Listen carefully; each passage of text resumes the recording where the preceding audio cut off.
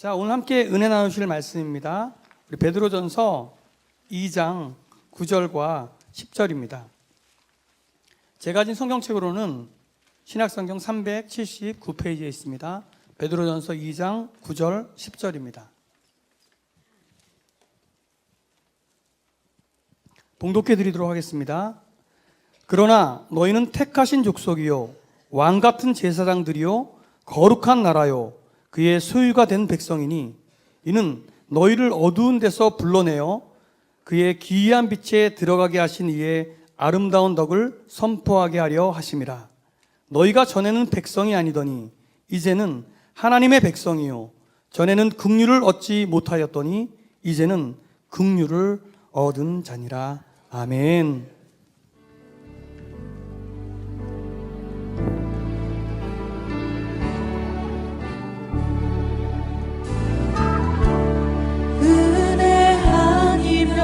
살아갈 수가 없네.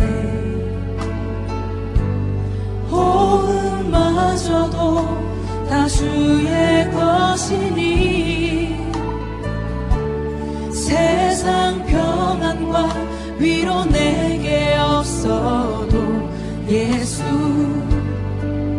오직 예수뿐이네.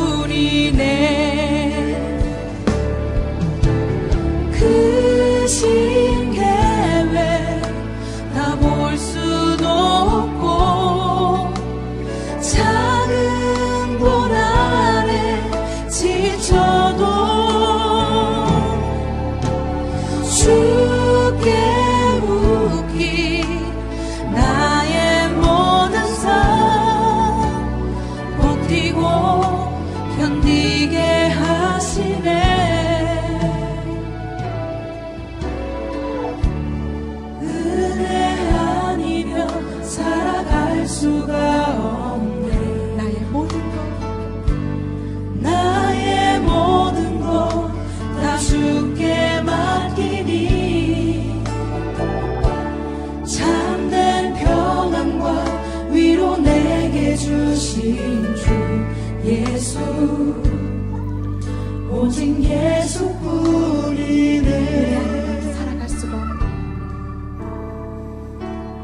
은혜 아니면 살아갈 수가 없네 나의 모든 것 다 주께 맡기니 참된 평안과 위로 내게 주신 주 예수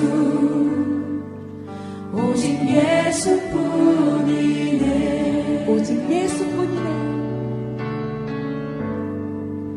오직 예수뿐이네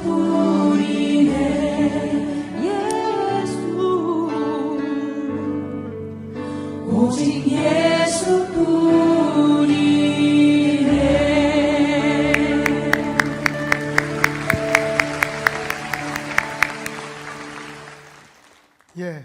여러분들 기도 가운데 말레이시아 선교지 그 답사 잘 다녀왔습니다. 7월 말 8월 초에 있을 말레이시아 모 지역의 청소년 전도 집회를 위해서 미리 함께할 사람들 또 장소 또 여러 가지 상황들 함께 돌아보고 그리고 이제 새롭게 저희가 또 개척하게 될 말레이시아 선교지에 대한 사전 답사를 은혜 가운데 잘 다녀왔습니다. 여행을 할 때마다 느끼는 건데요. 이 녹색 조그만 책 하나, 패스포트라고 그러죠. 우리가 여권이라고 그러는데 이 여권의 위력이 참 대단한 것 같아요. 특별히 이 대한민국 Republic of Korea라고 써 있는 이 여권을 들고 가면 요즘은 어딜 가든지 이제 어깨가 좀 이렇게 펴집니다. 제 기억으로는 제가 처음 미국 갔을 때 83년도 지금부터 꽤 오랜 옛날에는요. 이 녹색 이 대한민국 여권을 가지고 미국을 입고 갈 때는 굉장히 이렇게 눈치가 보였어요.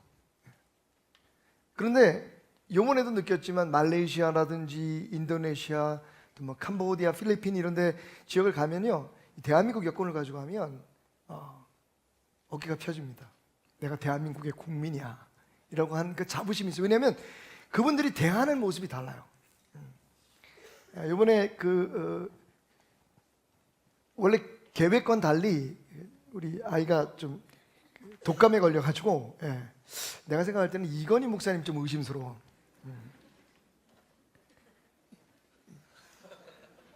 어쨌든 하나님의 계획 속에서 아휴 참. 그래서 이제 이종혜 간사하고 저하고만 이제 가게 됐는데 거기 전성규 선교사님 계시잖아요. 셋이서 저희가 이제 커피를 마시려고 스타벅스에 딱 흔히 젊은이들이 스벅이라고 하는데 딱 문을 열고 들어갔습니다. 여러분 셋이 전부 다 잘생겼잖아요, 그죠? 감사합니다. 복 받으실 거예요. 그게 은혜거든요. 뭐 진짜 잘생겨서 잘생겼다 그러나 그냥 아유 불쌍해서 그냥 아멘 해주면 그게 은혜인데 참 그걸 모르다. 셋이서 딱 문을 열고 들어갔잖아요. 안에서 바람이 샥 하면서 머리카락이 쫙 날리고 들어가는데 거기 있는 일하는 사람들이 말레이시아 사람들이 우리가 딱 들어가는 모습을 보더니 남자 셋이 딱 들어오니까 안녕하세요 그러고 발음 있고 그래 안녕하세요. 우리가 한국 사람인 줄 아는 거예요.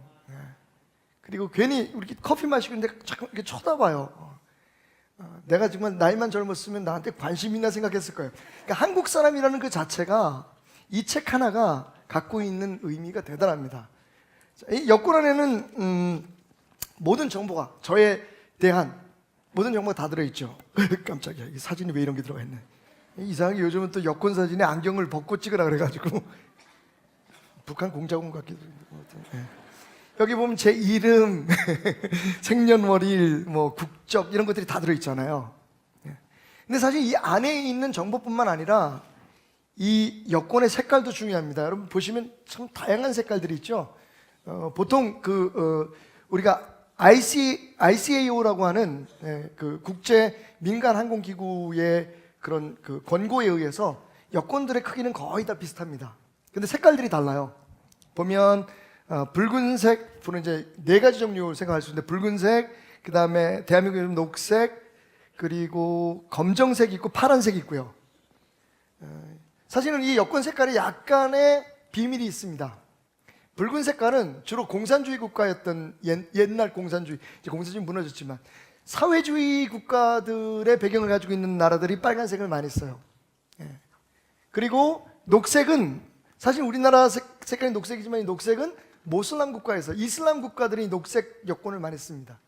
우리나라는 왜 녹색을 쓰는지 말씀을 드릴게요, 나중에. 그리고 이 검정색은 아프리카 쪽의 나라들이 검정색을 많이 사용하고요.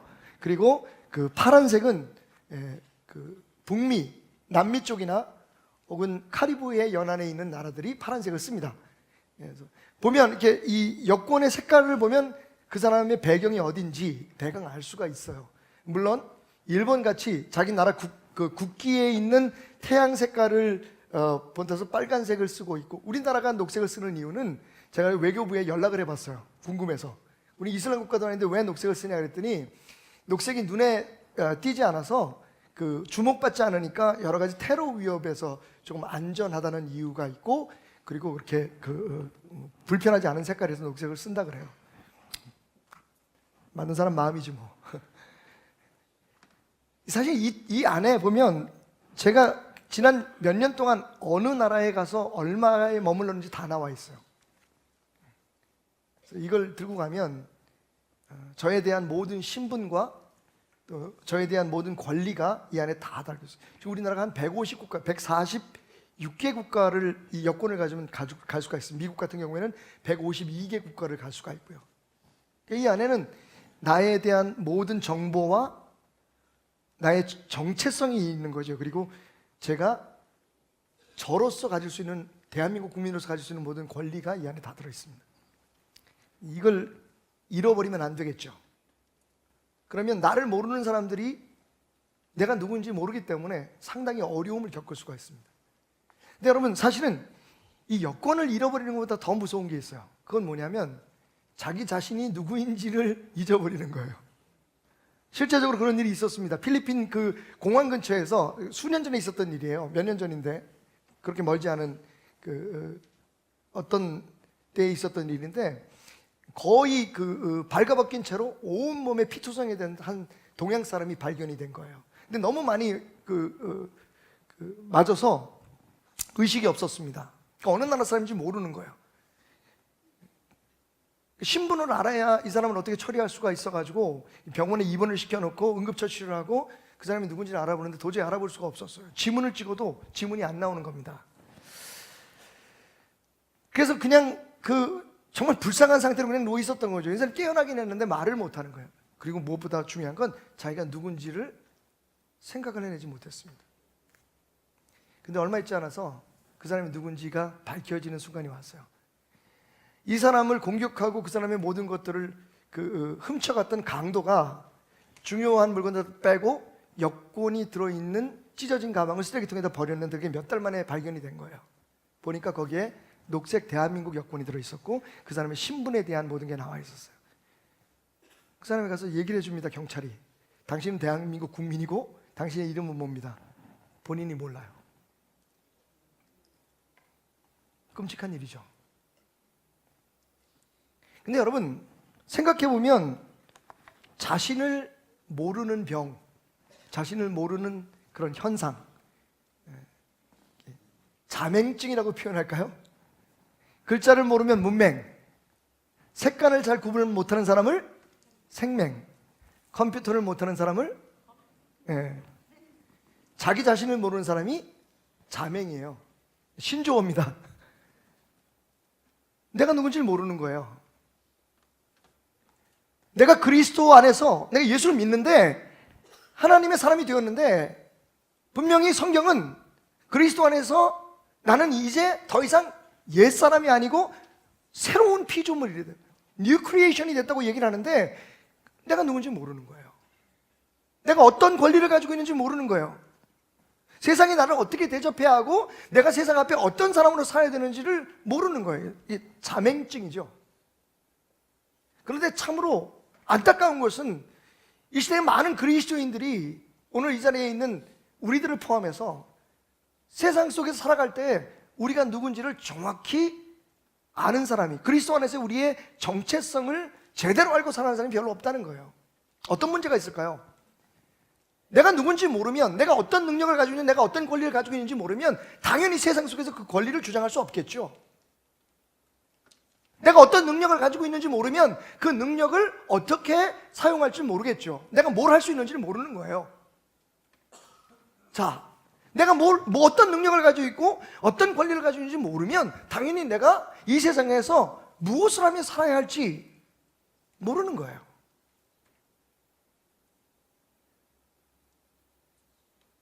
그런데 여러분, 사탄은 우리가 이 자맹증에 걸려 오래 머물기를 원합니다. 우리가 누군지 모르기를 원해요.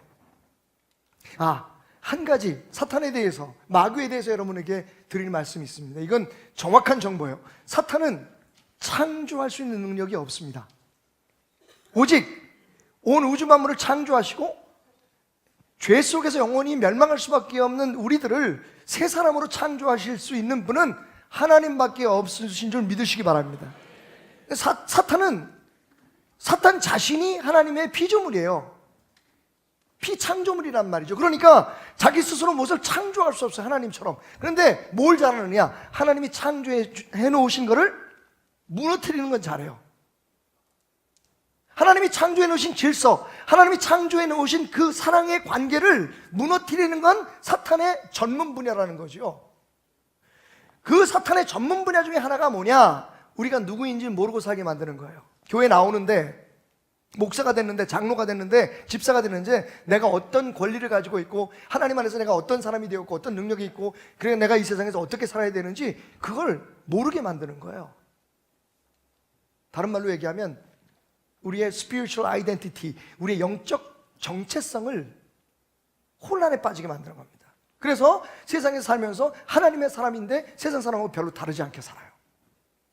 우리가 분명히 이겨낼 수 있는 고난이고 우리가 당당히 승리할 수 있는 문제인데 그 앞에 주눅이 들고 무너지게 만들어요. 왜? 내가 누군지 모르니까. 내가 어떤 능력을 가지고 있는지 모르니까. 자, 여러분, 오늘 우리가 함께 읽었던 베드로전서에 이런 말씀이 있습니다. 베드로전서 5장 8절부터 11절 말씀. 근신하라, 깨어라, 너희 대적 마귀가 우는 사자같이 두루다니며 삼킬 자를 찾나니 너희는 믿음을 굳건하게 하여 그를 대적하라. 이는 세상에 있는 너희 형제들도 동일한 고난을 당하는 줄 알미라. 자, 여러분, 뭐라고 얘기하고 있죠? 사탄이 지금 우리를 노리고 있다는 거예요. 그런데 우리 개개인뿐만 아니라 예수 믿는 형제들, 모든 사람들이 동일한 유혹과 동일한 공격을 사탄으로부터 받고 있다는 겁니다. 그게 뭡니까? 모든 은혜의 하나님 곧 그리스도 안에서 너희를 부르사 자기의 영원한 영광에 들어가게 하신 이가 잠깐 고난을 당한 너희를 친히 온전하게 하시며 굳건하게 하시며 강건하게 하시며 털을 견고케 하시리라. 권능이 세세 무궁토록 그에게 있을지어다. 예수님께서 우리를 불러내셔서 예수 그리스도의 보혈의 능력으로 우리를 구원하셔서 하나님의 자녀를 만드실 때 우리에게 어떤 소망을 주셨고 어떤 능력을 주셨고 우리에게 어떤 미래를 주셨고 어떠한 사명을 주셨고 우리에게 어떤 권리를 주셨는지 이거를 망각하게 만드는 거예요. 이건 우리 모든 그리스도인들에게 다가오는 사탄의 유혹 그리고 공격입니다. 자, 그러면 우리의 정체성, 그리스도 안에서의 우리의 정체성을 잊고 살아가게 만드는 사탄의 전략들이 뭘까요? 세 가지를 생각해 봤습니다. 첫째, 타인들의 평가입니다. 여러분을 향한 타인들의 평가. 세상을 살면서 어쩔 수 없이 우리는 다른 사람들의 말을 듣게 돼 있어요. 어렸을 때는 부모님들의 말을 듣고, 그 다음에 친구의 관계가 형성되면 peer pressure, 중간에 그 다른 친구들이 나에 대해서 어떻게 얘기하는지에 대해서 귀를 기울입니다. 학교 선생님이 나를 어떻게 평가하는지 귀를 기울이게 되고, 이 세상의 시스템이 나를 어떻게 평가하는지를 우리가 관심을 갖게 되죠. 그리고 결혼을 하게 되면 남편과 아내의 말이 나를 항상 영향을 끼치게 됩니다. 그리고 교회에 오면 교회에서 사람들이 평가하는 그 평가를 듣게 되죠. 근데 문제는 뭐냐? 이 평가가 대부분 우리의 정체성을 혼란에 빠지게 하는 평가들이 많다는 겁니다. 사탄이 그것을 이용하죠. 즐겨 사용하는 도구입니다.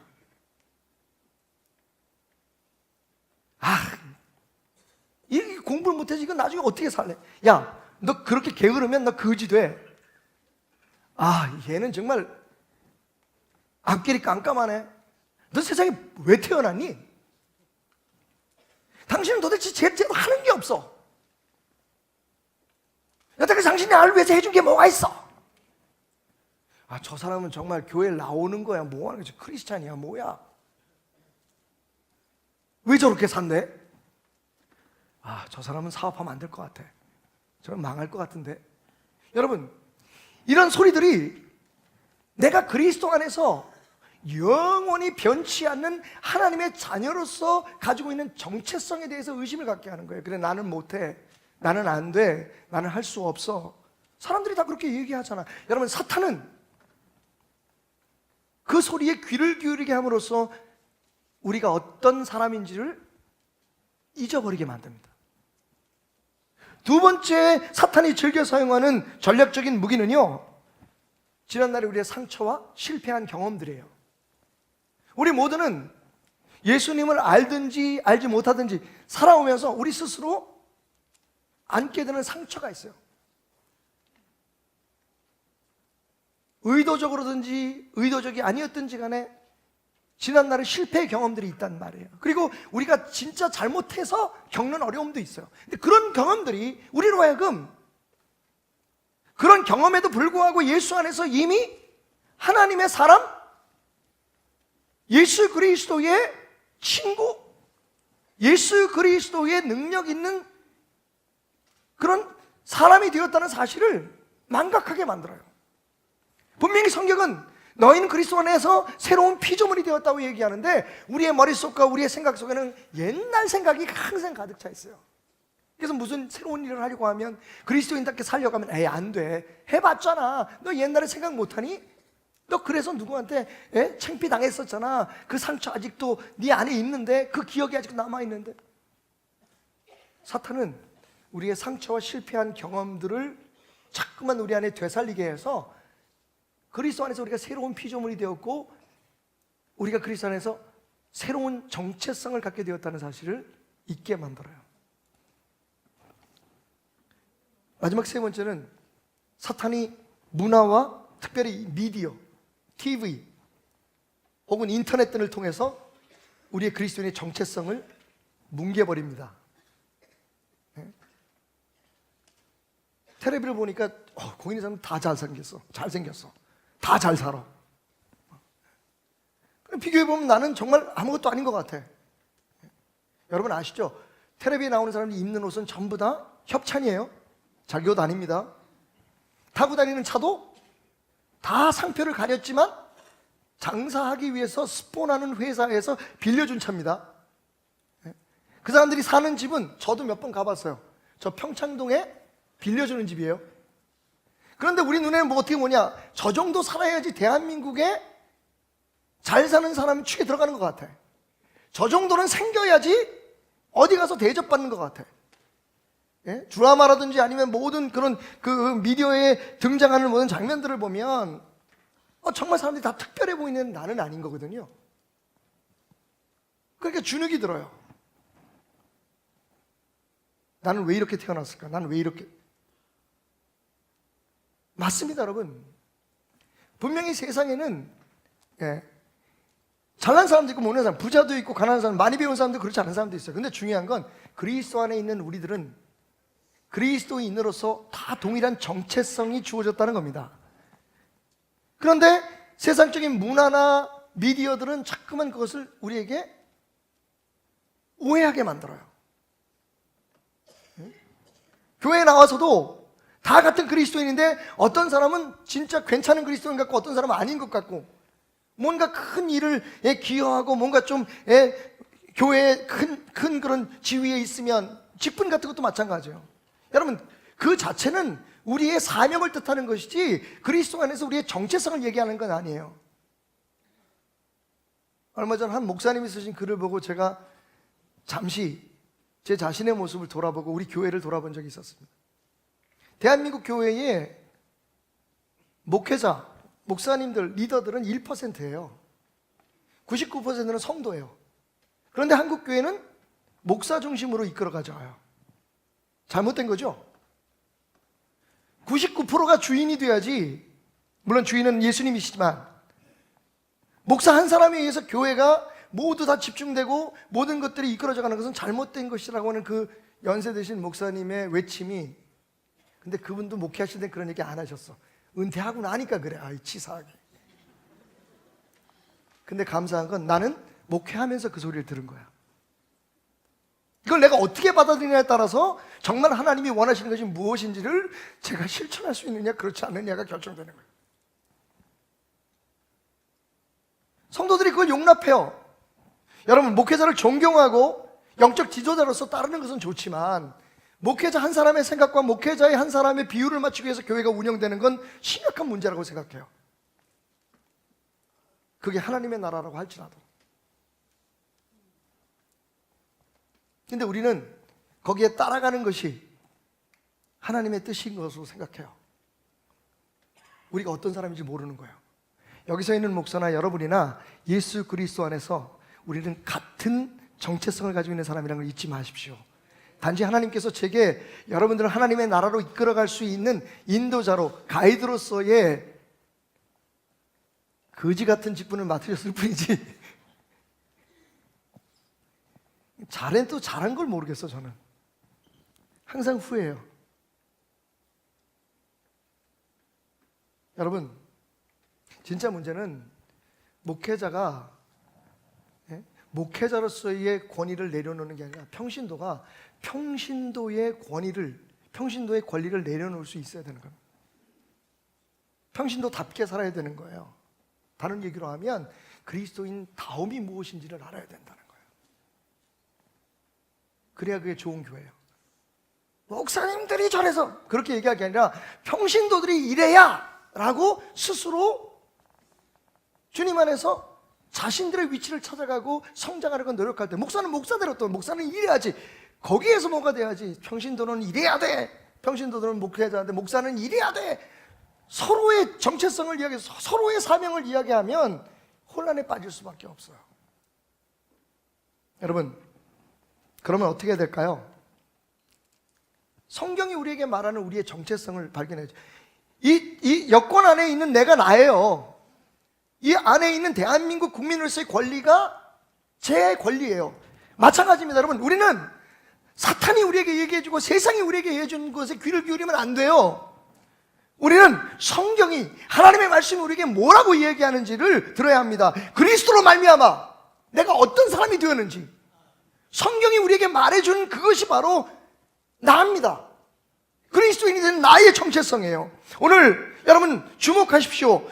사도 베드로는 그의 지난 날의 실패의 경험을 통해서 우리에게 꼭 잊지 말아야 될, 너희가 예수를 부인하는 자리에 있게 될 듯, 아니면 너무 고난과 역경이 무서워서 스스로 타협해야 되는 그런 비겁한 자리에 서게 될지라도 이 세상 그 무엇도, 그 누구의 어떤 평가도 절대로 바꿔놓을 수 없는 그리스도로 말미암아 하나님으로부터 주어진 너희의 권리와 너희의 정체성이 있다.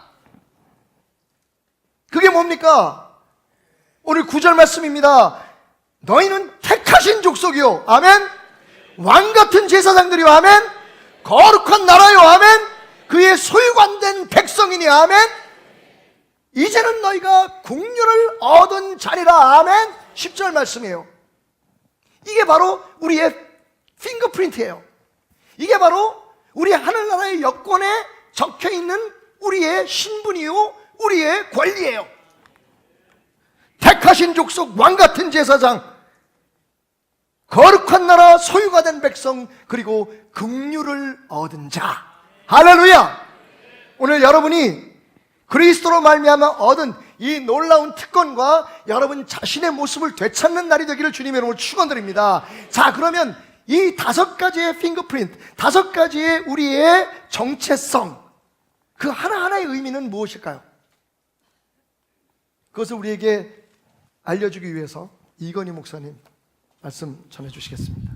하나님의 말씀은 우리의 정체성을 바로 알기 위해서 먼저 우리는 그리스도로 말미암아 택함 받은 족속임을 알게 하고 있습니다. 우리가 오늘 하나님의 말씀을 통해서 택함 받은 족속에 대해서 좀 더 자세히 살펴보기를 원합니다. 택함 받은 족속은 제가 헬라어를 좀 한번 쓰겠습니다. 죄송합니다. 게노스 에클레토스라는 말로 표현하고 있습니다. 이 단어는 현재적인 개념으로 이해할 때 가족, 그리고 가문, 그리고 혈통으로 해석되어질 수가 있습니다. 자, 이 단어는 구약에서 핵가족, 족장 시대를 맞이해서 핵가족 그 시스템으로 이루고 있었던 그런 시작으로부터 해서 대가족의 의미로, 혹은 성경 안에서 큰 민족의 의미로 이 게노스라는 단어를 이해할 수가 있습니다. 이 게노스라는 단어는 혈연의 관계로 이어지는 가족으로부터 가족을 이루는 가문, 그리고 그 한 민족의 고유성을 간직한 혈통으로 표시되어지고 있는데, 이 게노스는 외부로부터 들어온 그런 개념이 아니라 한 혈통에 대한, 한 가족에 대한 의미를 내포하고 있습니다. 그리고 게노스 에클레토스라는 이 단어 중에 에클레토스라는 단어가 있습니다. 이 단어는 우리가 성경에서 이야기했던 것처럼 택하다라는 의미를 갖고 있습니다. 이 택하다는 의미를 조금 더 자세히 좀 살펴보기를 원하는데요. 몇 가지의 내용으로 좀 살펴보기를 원합니다. 택한다는 것은 가장 단순하게 우리가 이해할 수가 있습니다. 여러 개 중에 그 중에 하나를 택했다라고 이해할 수가 있습니다. 여러분들 손가락 5개 중에 하나를 택했다, 혹은 여러 가지 물건 중에 하나를 택했다라고 우리가 이해할 수가 있습니다. 그리고 또 이 택했다라는 이 에클레토스라는 단어는 성별되었다라는 의미를 가지고 있습니다. 특별히 성경 안에서는 성전을 건축할 때 돌로 이렇게 성전을 만듭니다. 그 성전 가운데에 만들어지는 그 돌들을 일컬어서 성별되었다, 에클레토스라는 단어를 쓰면서 택함받았다라고 표기하고 있습니다. 그리고 우리는 이 에클레토스라는 단어를 오늘 본문 안에서 또 만나게 됩니다. 이 본문 안에 나타나는 이 에클레토스, 베드로전서 가운데 나타나는 에클레토스라는 이 단어는 좀 특별하게 사용되어집니다. 예수 그리스도를 주로 고백하는 하나님의 자녀들에게 택함받았다라고 이 단어가 쓰여지고 있습니다. 다시 말해서 이방인들조차도 예수 그리스도는 나의 주십니다, 하나님의 아들이십니다라고 고백하는 자들에게 이 에클레토스라는 이 단어의 의미로 택함받았다라는 단어로 적용되어질 수 있다는 것입니다. 다시 말해서 예전에는 아무 소망도 없고 살가치도 없고 예수 그리스도를 몰랐지만, 이제는 내가 예수 그리스도를 알아서 예수님 안에서, 예수님의 능력 안에서 예수님의 나라를 소망하면서 살아간 나에게 이 단어가 이제 적용되어진다라는 것이 아멘. 우리 가운데 알 수 있습니다. 요한복음 15장 16절입니다. 너희가 나를 택한 것이 아니요 내가 너희를 택하노라 라고 표현합니다. 이 택함은 우리가 택하는 것이 아닙니다. 하나님께서 일방적으로 하나님의 백성으로 살아갈 수 있도록 택하시는 것입니다. 그리고 신명기 7장 7절부터 8절에 보면 여호와께서 너희를 기뻐하고 너희를 택하심은 너희가 다른 민족보다 수요가 많기 때문이 아니니라. 너희는 오히려 모든 민족 중에서 가장 적으니라. 여호와께서 다만 너희를 사랑하심으로 말미암아 택하였다라고 이야기하고 있습니다. 이 택한 것은 오직 하나님의 주권하에, 하나님의 결정하에 이루어지는 놀라운 하나님의 은혜의 방법입니다. 정체성을 모르고 살아가는 우리들에게 하나님께서는 택하여 주셨다라고 이야기하고 있는 것입니다. 또 이 택하였다라고 하는 에클레토스라는 이 단어는 한 가지 더 의미를 부여합니다. 그 의미는 예배에 관련돼서 쓰여집니다. 종교적인 의미로 쓰여집니다. 종말론적인 의미로 쓰여집니다. 다시 말해서 이 종말론적인 삶을 살아가는 그리스도인들에게, 오늘을 살아가는 그리스도인들에게 어떻게 주님 앞에서 이 믿음을 지키고 택함받은 자들의 삶을 살아갈 것인지에 대해서 고민하게 하는 단어입니다. 그리스도의 교회를 이루고 그리스도의 교회 가운데서 주님의 특별한 목적을 가지고 선택받은 우리들이 이 땅 가운데 살아가는 교회를 이루고 어떻게 살아가야 될지에 대해서 하나님께서는 우리들에게 말씀하고 계신 것입니다. 주는 그리스도시요 살아계신 하나님의 아들이라고 고백하는 자들에게 하나님께서는 택하여 주셨고, 이 택함 받은 자들에게 하나님께서는 따라합니다. 하나님의 자녀가 되는 권세를 주셨습니다. 저와 여러분들에게 하나님께서는 택하여 주셨고 하나님의 자녀가 될 수 있도록 이 시간 불러주시고 있다는 것입니다. 하나님의 말씀은 동일하시기 때문에 오늘 현재를 살아가는 우리들에게도 하나님의 자녀임을 확신하게 합니다.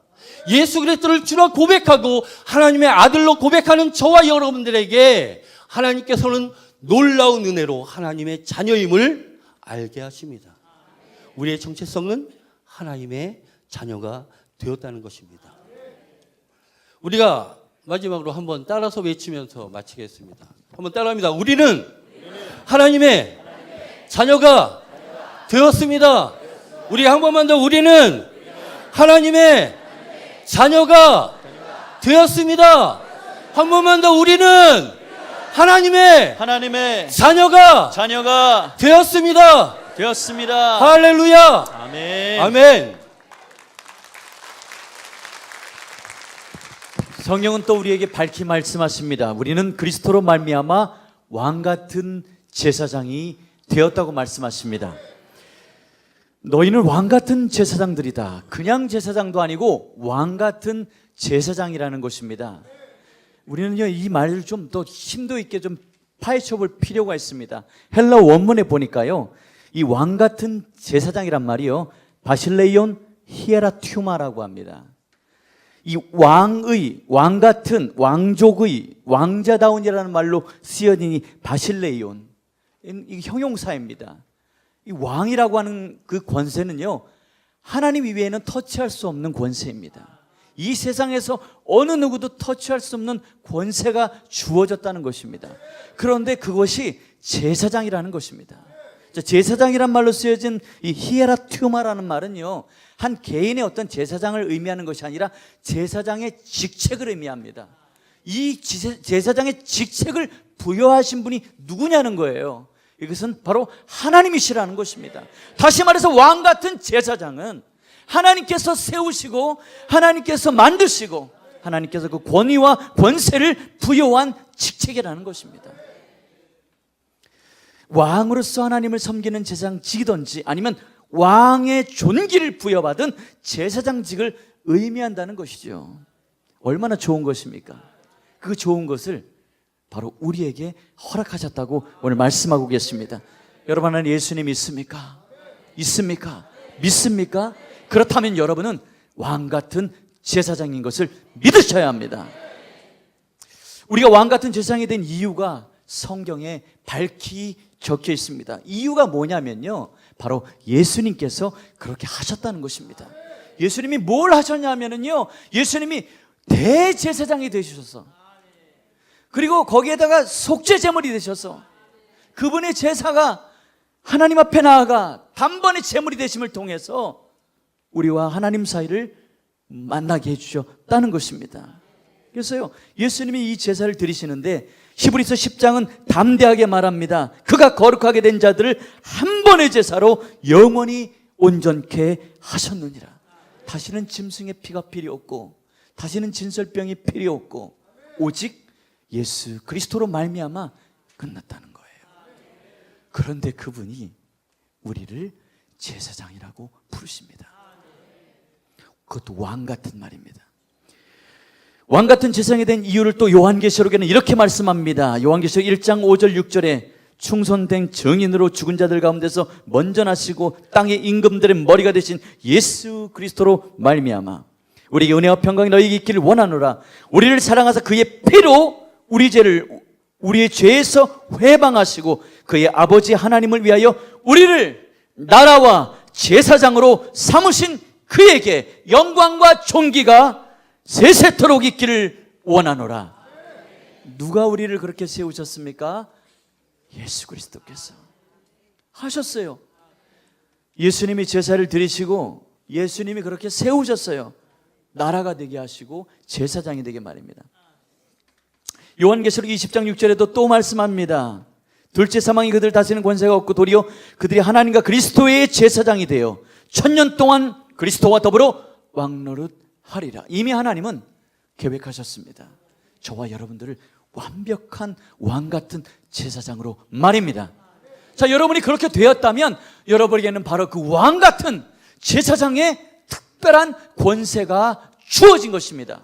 성도들이 이걸 잃어버리고 있어요. 이걸 누리지 못하고 있어요. 사탄의 전략이라는 것이죠. 오늘 그것을 밝히 했으면 좋겠습니다. 도대체 어떤 권세가 주어졌을까요? 첫 번째로 하나님 앞에 직접 나아가는 권세가 주어졌습니다. 할렐루야. 여러분, 하나님 앞에 직접 나아갑니다. 과거에는 그럴 수 없었습니다. 짐승을 대신하고 제사장을 대신했습니다. 그런데 예수님께서 열어놓으신 그 길은요, 직접 나가게 하셨습니다. 히브리서 10장 19절에 그러므로 형제들아 우리가 예수의 피를 힘입어 성소에 들어갈 담력을 얻었나니 그 길은 우리를 위하여 휘장을 가운데로 열어놓으신 새로운 살 길이요 휘장은 곧 그의 육체니라. 예수님의 육체가 찢김으로 인해서 휘장이 갈라지고 그것 때문에 우리가 하나님 앞에 담대히 나아갈 수 있게 되었습니다. 여러분, 하나님께 나아가시기 바랍니다. 그 권세를 누리시기 바랍니다. 나아가서 하나님께 수종 드시고 구하시고 만나시고 누리시기를 바랍니다. 두 번째로 권세는요, 복음을 전하는 복음의 제사장이 된다는 것입니다. 복음이 뭡니까? 예수 그리스도를 전해서 하나님께 만나게 하는 거 아닙니까? 하나님을 모르는 백성을 주님께로 가져와 그가 산 제물이 되게 해서 하나님 앞에 드려지게 하는 것, 이것이 복음의 제사입니다. 사도 바울은 로마서 15장에 자기 자신을 이방인들이 대하여 복음의 제사장이라고 천명하고 있습니다. 그것이 성령 안에서 거룩하게 받으실 만한 제물이라고 이방인들을 그렇게 표현했습니다.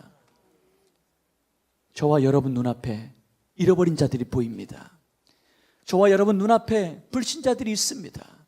오늘 저와 여러분들이 그 제사장의 직무를 넉넉히 감당해내시기를 주님의 이름으로 축복합니다. 하나님은 그 권세를 우리에게 주셨습니다.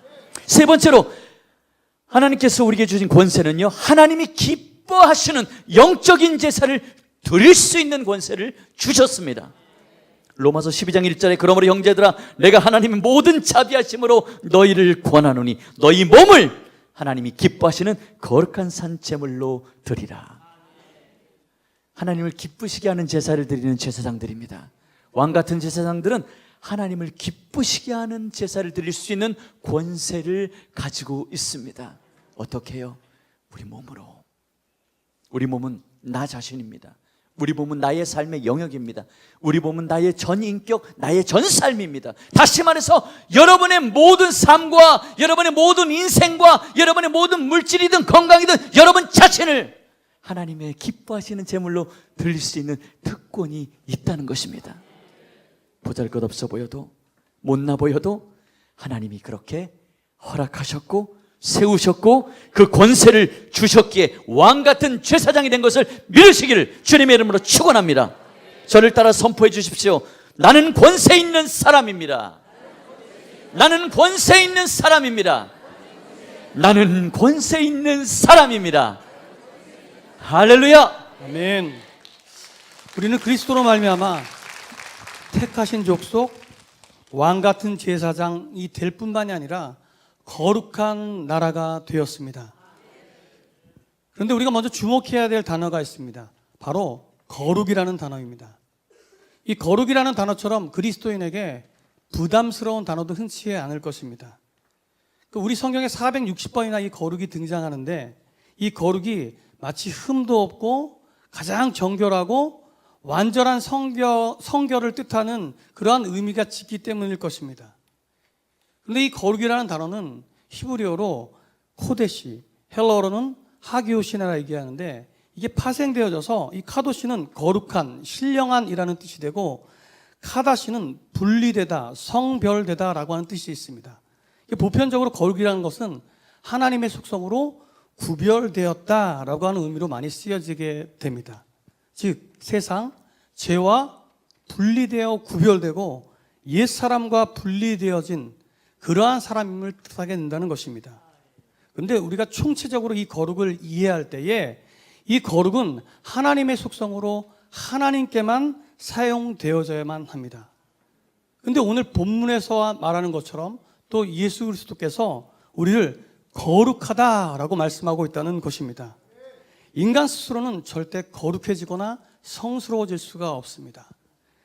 왜냐하면 에베소 2장 1절에서 말씀하는 것처럼 인간은 죄와 허물로 인해서 죽을 수밖에 없는 죄인이기 때문입니다. 그런데 예수 그리스도의 보혈로 말미암아 하나님께만 사용되어야 될 이 거룩을 예수님이 우리에게 거룩하다라고 말씀해 주신 것입니다. 예수님께서 그렇게 인정해 주셨다는 것입니다. 이게 은혜라는 것입니다. 우리가 깨끗하고 온전해져서 그렇게 된 것이 아닙니다.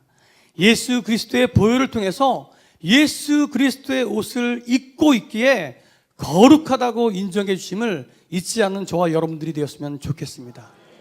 그 두 번째 나라는 나라입니다. 사실 여기서 언급한 나라는 우리가 일반적으로 하나님 나라라고 할 때의 나라하고는 다른 단어입니다. 이 단어는 나라라고 하는 의미와 더불어서 백성, 민족이라는 의미를 갖고 있습니다. 출애굽기 19장 6절에 보면 하나님이 이스라엘을 향해서 제사장 나라, 거룩한 백성이라고 부르는데 여기서 이 백성을 헬라어로 다시 번역하게 되면 오늘 본문에 베드로전서 2장 9절에 나라라는 단어와 동일한 단어임을 밝히게 됩니다. 그렇기 때문에 이 거룩한 나라는 거룩한 백성이다라고 우리가 이해해도 좋을 것 같습니다. 그렇지만 우리가 이 거룩한 나라다, 거룩한 백성이다 어떻게 번역하든 이 거룩한 나라가 하나님 나라와 분명 연관이 있다는 사실입니다. 이 하나님 나라는 예수 그리스도를 머리로 하는 하나님의 통치 아래에 있는 나라입니다. 그리고 우리가 정말 잊지 말아야 될 것은 우리가 예수님을 믿고 나의 하나님, 나의 주인으로 고백함으로 우리가 하나님 나라의 백성이 되었다는 사실입니다. 이제 우리는 하나님 나라라고 하는 든든한 배경을 가지고 있게 된 것입니다. 하나님 나라의 모든 백성들은 오직 하나님의 통치를 받아야 합니다. 하나님이 만물의 주인이시고 내 삶의 주인이신 줄 믿고 하나님께만 복종해야 한다는 것입니다. 비록 지금은 우리가 이 땅에 발을 디디며 살고 있지만 우리의 눈은 저 영원한 나라, 하나님 나라를 바라보며 살아야 한다는 것입니다. 거룩한 나라, 거룩한 백성이 된 우리 성도 여러분, 우리에게는 하나님 나라라고 하는 든든한 배경이 있습니다. 있는 자리에서 우리가 예수 그리스도를 살아냅시다.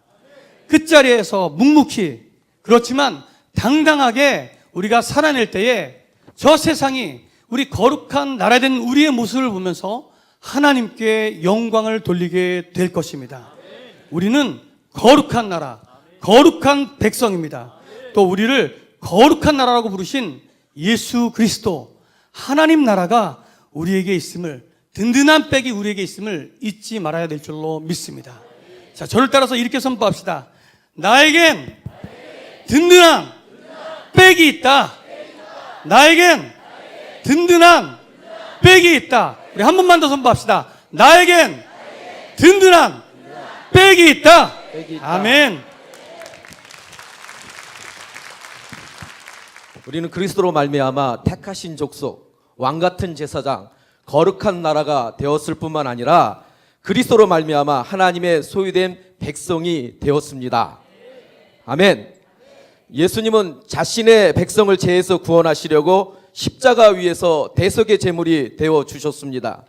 우리는 그리스도의 공로로 하나님의 긍휼을 입고 죄로 인한 심판에서 벗어나 아주 특별한 신분이 되었습니다. 하나님의 특별한 소유가 되었습니다. 디도서 2장 14절을 보십시오. 그가 우리를 대신하여 자신을 주심은 모든 불법에서 우리를 속량하시고 우리를 깨끗하게 하사 선한 일을 열심히 하는 자기 백성이 되게 하려 하심이라고 말씀하십니다. 이처럼 우리는 예수 그리스도의 보혈의 대가로 구속받은 하나님의 아들의 핏값으로 사신 귀중한 존재입니다. 그래서 하나님께서는 오늘도 우리에게 내 것이고 내 소유고 내 소중한 보배라고 존귀하고 사랑스러운 존재라고 말씀하십니다. 할렐루야. 출애굽기 19장 5절에 세계가 다 내게 속하였나니 너희가 내 말을 잘 듣고 내 언약을 지키면 너희는 모든 민족 중에서 내 소유가 되겠고라 말씀하시고 말라기 3장 17절에는 만군의 여호와가 이르노라 나는 내가 정한 날에 그들로 나의 특별한 소유를 삼을 것이요 또 사람이 자기를 섬기는 아들을 아낌같이 내가 그들을 아끼겠다고 말씀하십니다. 믿는 자들은 특별한 백성이 된 것입니다. 하나님께서 우리를 하나님의 백성으로 하나님의 매우 특별한 소유로 만드신다는 것은 매우 고귀한 사실입니다. 소유는 가치와 기중함의 의미를 갖습니다. 우리는 세상의 어떤 보석보다도 어떤 보물보다도 하나님께 더 귀중한 존재인 것입니다. 아멘. 소유는 또한 공급, 보호, 안전의 의미를 갖습니다. 우리는 하나님의 소유, 즉 하나님의 특별한 백성입니다. 하나님의 특별한 소유된 백성이기에 하나님께서는 우리에게 필요한 것을 공급하시고 그리고 보호하시고 우리를 문자 그대로 안전하게 하실 것입니다. 할렐루야! 야곱아, 너를 창조하신 여호와께서 지금 말씀하시느냐? 이스라엘아, 너를 지으신 이가 말씀하시느니라. 너는 두려워하지 말라. 내가 너를 구속하였고 내가 너를 지명하여 불렀나니 너는 내 것이다. 고 이사야 43장 1절에 강한 어조로, 아주 강한 어조로 선언하고 계십니다. 하나님께서 나라는 존재를 하나님의 것이라고 자신의 소유권을 주장하시는 말씀입니다. 따라서 우리는 절대로 하나님의 소유이기 때문에, 하나님의 것이기 때문에 그 어떤 세력에게도 빼앗길 수 없는 소중한 보배라는 사실입니다.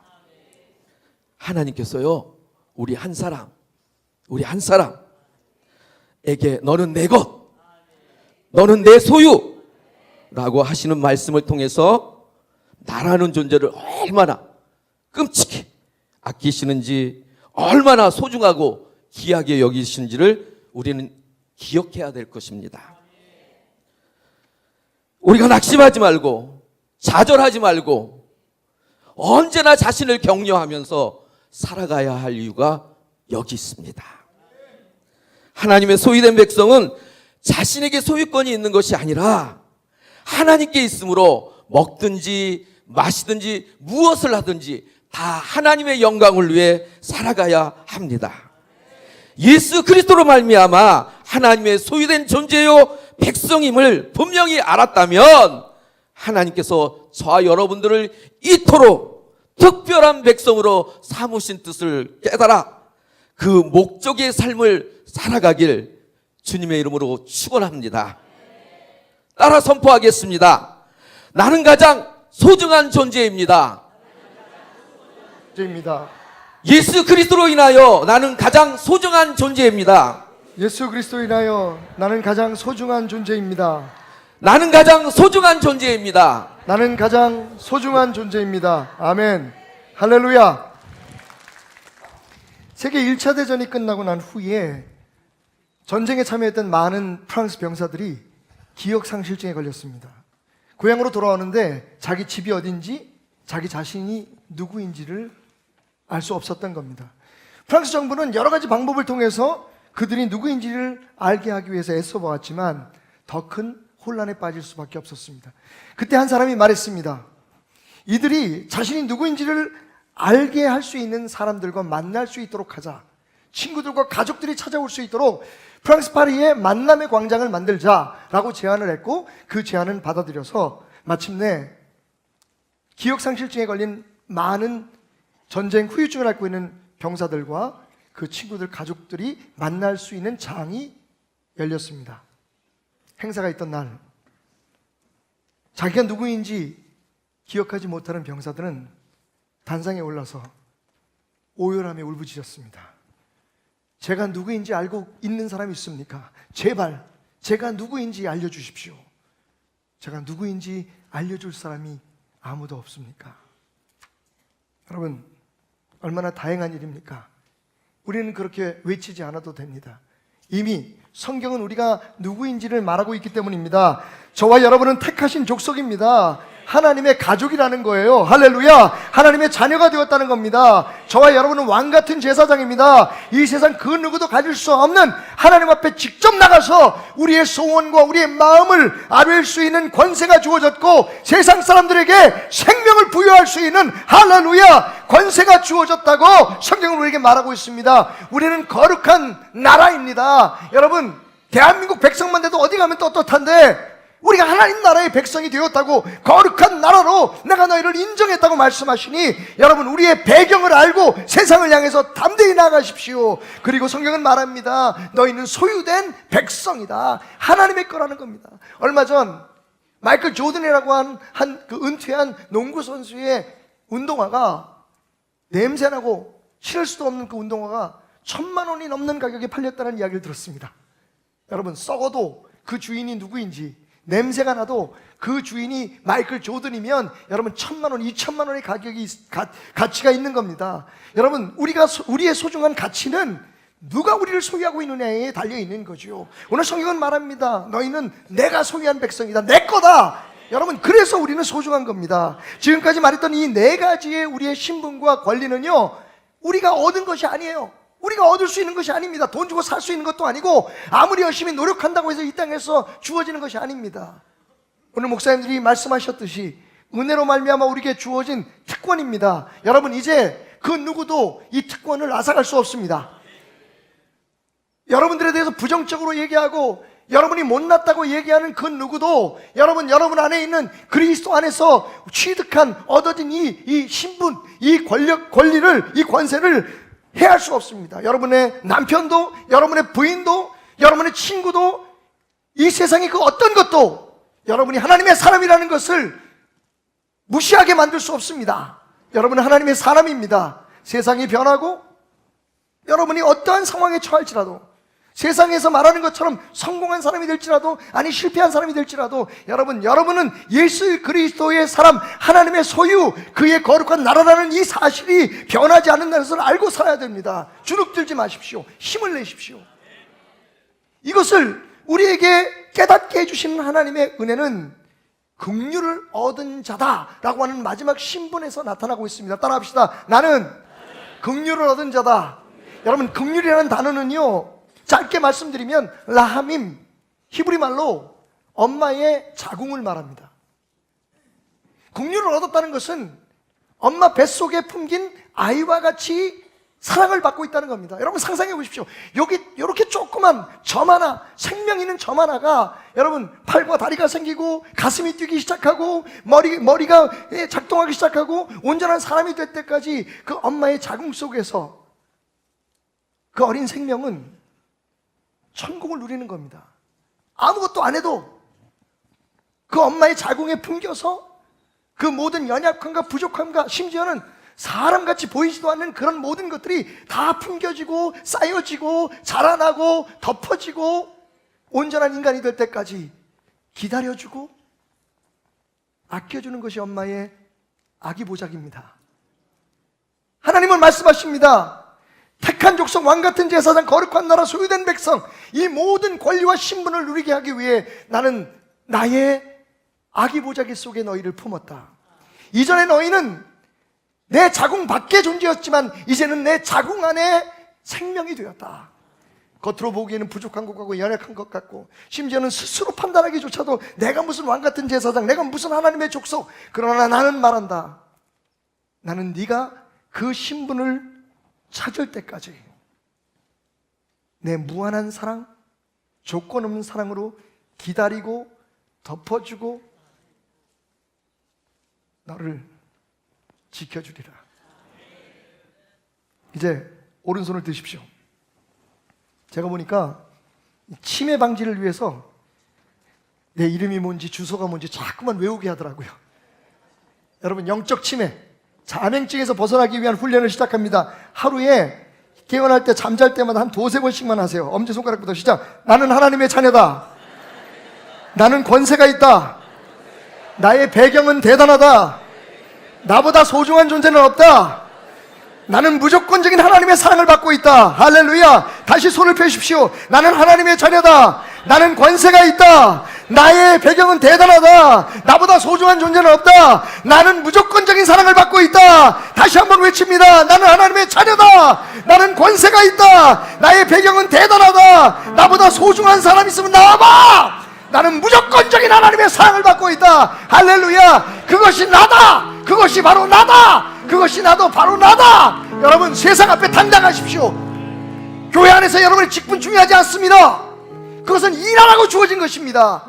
여러분이 누구이든지 세상 앞에서 어떤 사람이든지 여러분에게는 변치 않는 하나님의 자녀로서 하나님이 주신 권세가 하나님의 백성으로 하나님의 소중한 존재로, 그리고 실패하고 때로는 죄를 범할 때도 영원히 버리지 않는 그분의 무한한 사랑의 보자기 안에 긍휼 속에 살아가는 존재가 되었음을 기억하시기 바랍니다.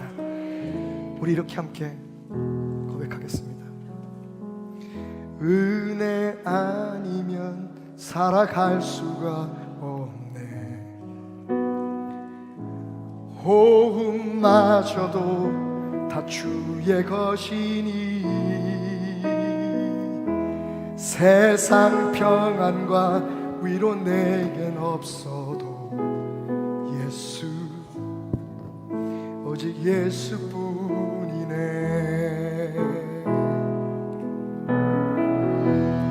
은혜 아니면 살아갈 수가 없네. 호흡마저도 다 주의 것이니 세상 평안과 위로 내게 없어도 예수, 오직 예수뿐이네. 그 쉬운 계획 다 볼 수도 없고 작은 고난에 지쳐도 주께 묶인 나의 모든 삶 버티고 견디게 하시네. 은혜 아니면 살아갈 수가 없네. 나의 모든 것 다 주께 맡기니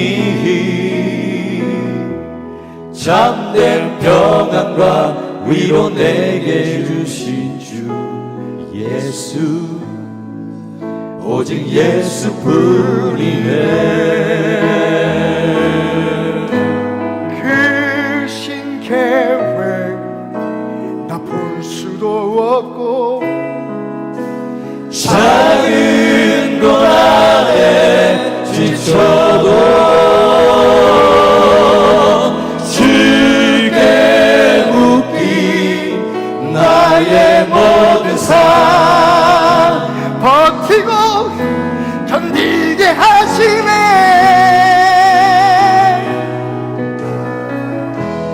은혜 아니면 살아갈 수가 없네. 나의 모든 것 다 주께 맡기니 참된 평안과 위로 내게 주신 주 예수, 오직 예수뿐이네.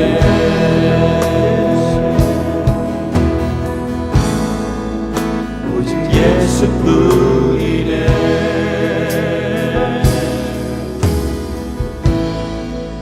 오직 예수뿐이네. 우리 함께 고백합시다. 은혜 아니면 살아갈 수가 없습니다. 은혜 아니면 살아갈 수가 없네. 호흡마저도 다 주님의 것입니다. 호흡마저도 다 주의 것이니 세상 평안과 위로는 내게 세상 평안과 위로 내게 없어도 예수, 예수, 오직 예수님뿐입니다. 오직 예수뿐. 그 신계획 다 알 수가 없지만 그 신계획 다 볼 수도 없고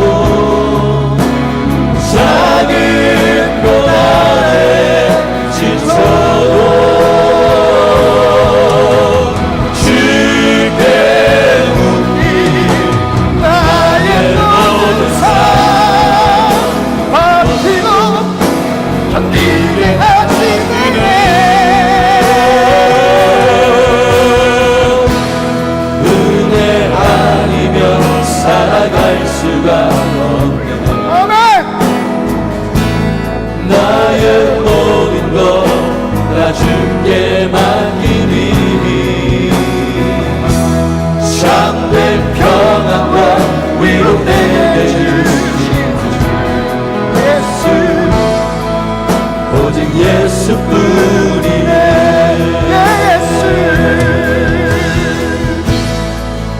오직 예수뿐이네.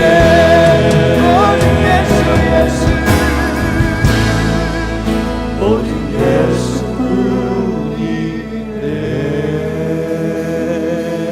하나님, 이 자리에서뿐만 아니라 세상 앞에서도 당당히 오직 예수뿐임을 고백하며 살아가는 우리 되게 하소서.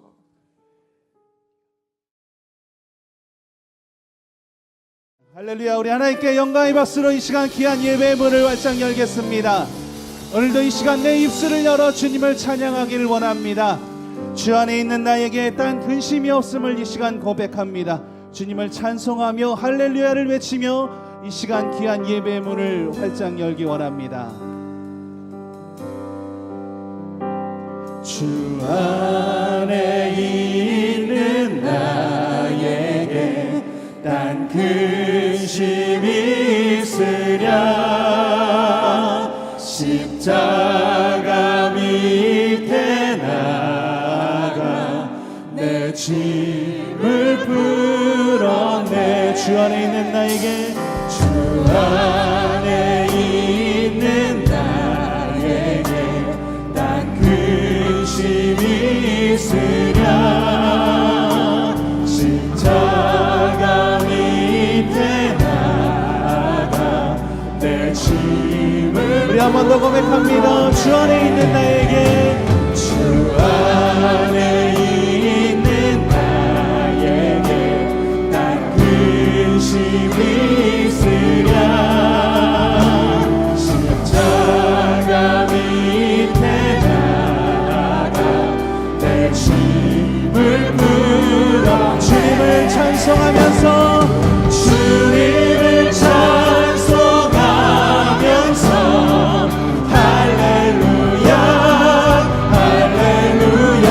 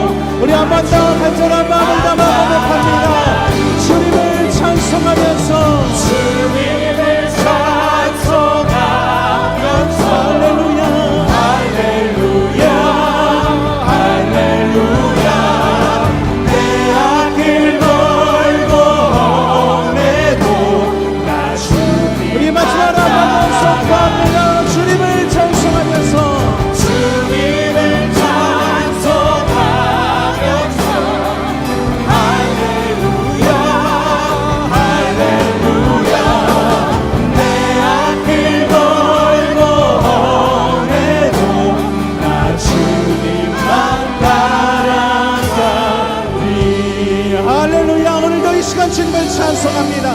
주님을 찬송하며 할렐루야 외치며 주님께 나아갑니다.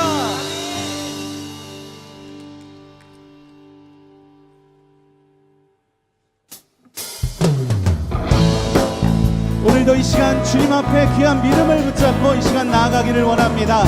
우리 다같이 일어나서 기쁜 마음으로 박수치며 찬양하겠습니다. 나는 믿음으로 주 얼굴 보리니, 나는 믿음으로 주 얼굴 보. 아침에 깰 때에 주 영상에 만족하나니 나 주님 닮기 원하네. 믿음으로 주 얼굴 보리라. 나는 믿음으로 주 얼굴, 나는 믿음으로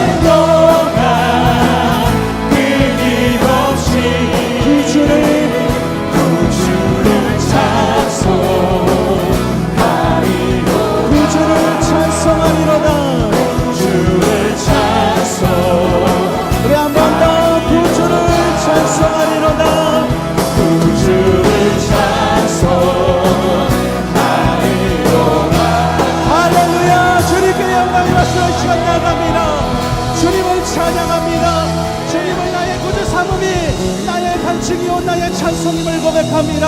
할렐루야.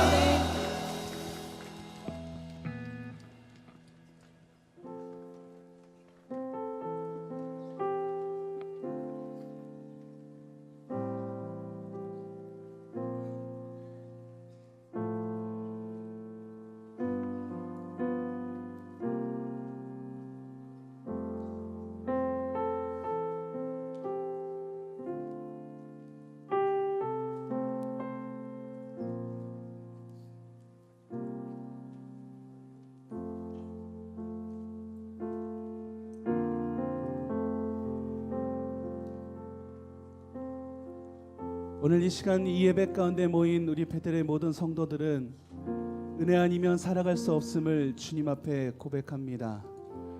오직 예수뿐임을 고백하며 내 곁에 항상 든든한 지원자가 되시는 주님을 예배할 때에 하나님께서는 그 예배를 기쁘게 받아주시고 오늘 이 예배 가운데 나와 동행해 주실 줄로 믿습니다.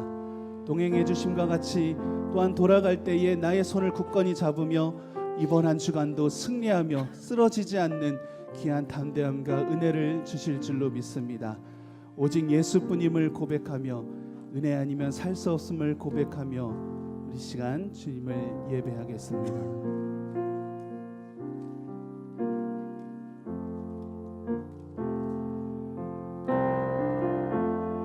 은혜 아니면 살아갈 수가 없네. 호흡마저도 다 주의 것이니 세상 평안과 위로 내게 없어도 예수 오직 예수뿐이네. 은혜 아니면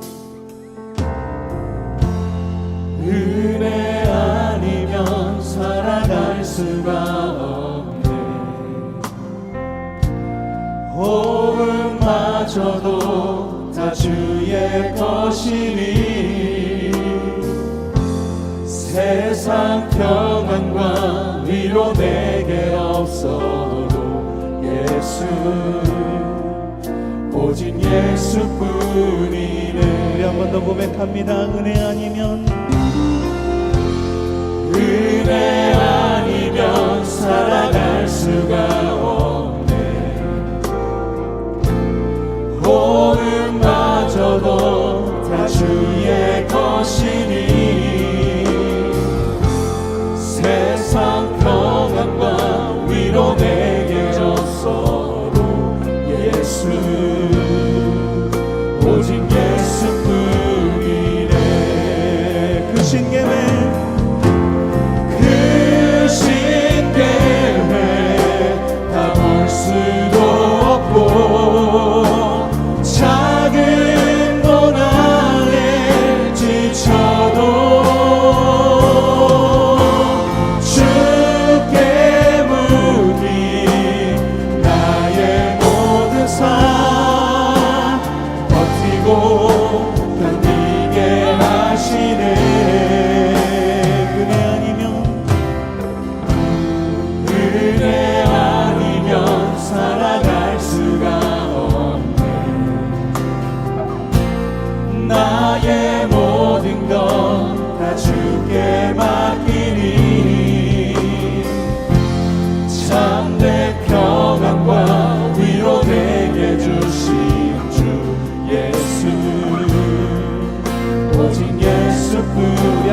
고백합니다.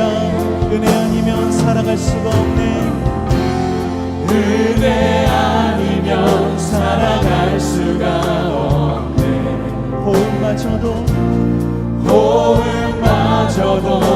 다 주의 것이니 세상 평안과 위로 내게 없어도 예수 오직 예수뿐이네. 그 신계획 그 신계획 다 볼 수도 없고 작은 고난에 지쳐도 주께 묻기 나의 모든 삶 버티고 견디게 하시네. 그 신계획 다 볼 수도 없고 그 신계획 다 볼 수도 없고 작은 고난에 지쳐도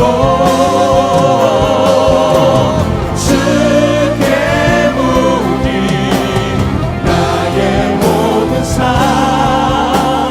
버티고 우리 한 번 더 고백합니다. 그 신계획 다 볼 수도 없고 그 신계획 다 볼 수도 없고 작은 고난에 지쳐도 주께 묻기 나의 모든 삶 버티고 견디고 우리 한 번 더 믿음으로 고백하며 그 신계획 다 볼 수도 없고 그 신계획 다 볼 수도 없고 작은 고난에 지쳐도 주께 묻기 나의 모든 삶 버티고 견디게 하시네.